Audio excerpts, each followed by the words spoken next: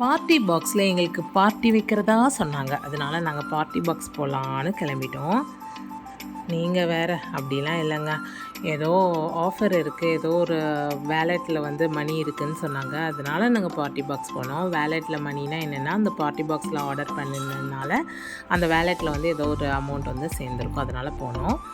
அதோட என்விரான்மெண்ட் பார்த்திங்கன்னா ரொம்பவே நல்லா இருந்தது. ரொம்ப சிம்பிளாக நீட்டாக இருந்துச்சு. என்னதுடா இது அப்படின்னு எட்டி பார்த்தா உள்ளே ஏதோ ஒயிட் கலரில் தெரியுது. ஓப்பன் பண்ணி பார்த்தா செம்ம சீஸியாக ஒரு ஷவர்மா பீஸா, சிக்கன் ஷவர்மா பீஸா தான் நாங்கள் ஆர்டர் பண்ணியிருந்தோம். ரொம்பவே பார்க்கவே செம்ம டெம்ப்டிங்காக இருந்தது.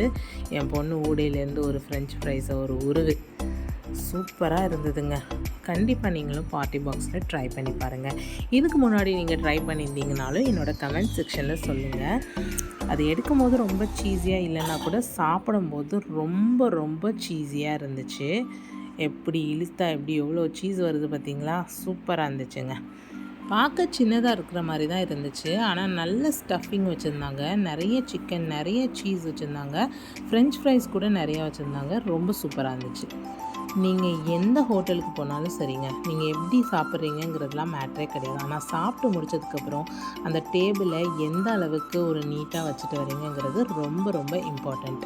கண்டிப்பாக ஃபாலோ பண்ணுங்கள்.